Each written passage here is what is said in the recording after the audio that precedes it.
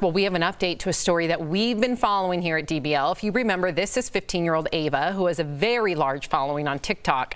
This past summer, her dad shot and killed a stalker who showed up with a shotgun at their home in Florida. Well, now she's got another alleged stalker and will be testifying against him in court. Her lawyer said, quote, she is genuinely afraid for her safety. Despite all the unwanted and violent attention, Ava's parents are continuing to allow her to be on social media. They also pulled her out of school to protect her safety. What do you think of this, Jeff? I have so many thoughts. And I think we need to talk about this more as a society, have a longer show about this. I don't want to take away this girl's income or her future or her trying to be a professional, be on TV, whatever she wants to do. This is the beginning of it, right? This is her schooling for this. The biggest deterrent is her dad shot and killed somebody. So this other stalker, other stalker that's still trying to stalk her, maybe he's looking for some sort of attention, needs some mental health issues, but this is like the first stage of what's going to happen in our future, right?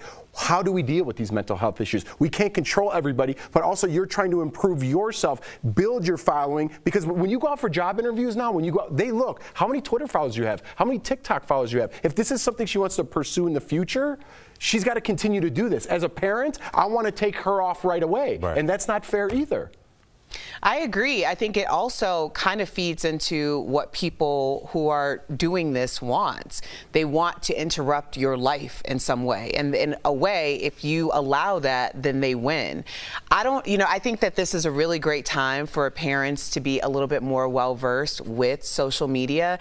I think a lot of times when we talk about social media, people think of it as a young person's game. But if it is a young person's game, there at least needs to be an understanding of what it involves so that parents better know how to help their children through it. There are so many different third-party systems that for someone who has made revenue and substantial revenue, those resources are absolutely at her disposal that will help her to navigate this more safely. So I think this is a teachable moment, definitely for her parents in the worst way, but maybe for some other parents who are watching this thinking, I don't want this to happen to us. What would you do if that was your daughter? I mean, my first thought, parents up here were just like, well, pull her off TikTok. Of course, but like, would we say that if she was a model? Would you just say, oh, you can't be in Sports Illustrated anymore? You can't be in Maxim or whatever magazines are still left? You can't just destroy somebody's career because they're people with ill intentions towards you. Honestly, I would move. And I would employ some things where it would be harder to tell where I lived, but people are going to find you. I mean, clearly 2 people have already found this young lady, and those are just 2 we know about. It's a very scary thing, Sam. You have a daughter that's coming up really like all she'll know is social media. So what are you thinking? I think Erica brought up something very pivotal. We need as parents to be well versed in social so we can guide our children the healthy habits of it. This is the wild, wild west. We are like the generation that's like grappling with it.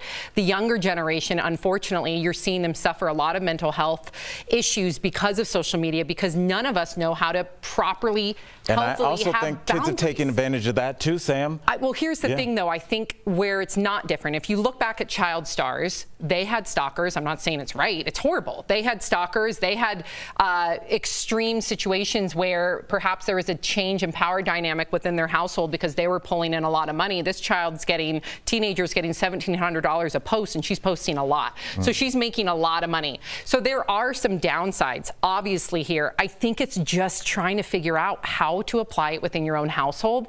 I personally wouldn't want my child to be a child star, and I wouldn't want my child to be a TikTok star. But that's the thing. I think you would take your child to an audition 10 years ago. Now your child can become a childhood star in their bedroom. And I think that would be the call to arms for parents is you can say, I don't care about this TikTok nonsense or this whatever, but it's like people do. And your kids are on this and you have to. How do you teach healthy habits when you have these giants, meaning like the digital giants out there, software companies who are manipulating it to make you addicted? That's where we need to have regulation. We need to educate the parents because this is the new day. You don't want to debilitate your but you're impeding on their business model if you do that. It doesn't matter. Our children they need to know. I think they'd say our stockholders don't care about your children. Well, there needs to be some ethics. This is the product that we make. There needs to be ethics involved because unfortunately, not with capitalism. I always say those 2 words do not get along. They don't go together. When it comes to our youth's lives. You and I go together. We're friends. Yeah, we'll be right back.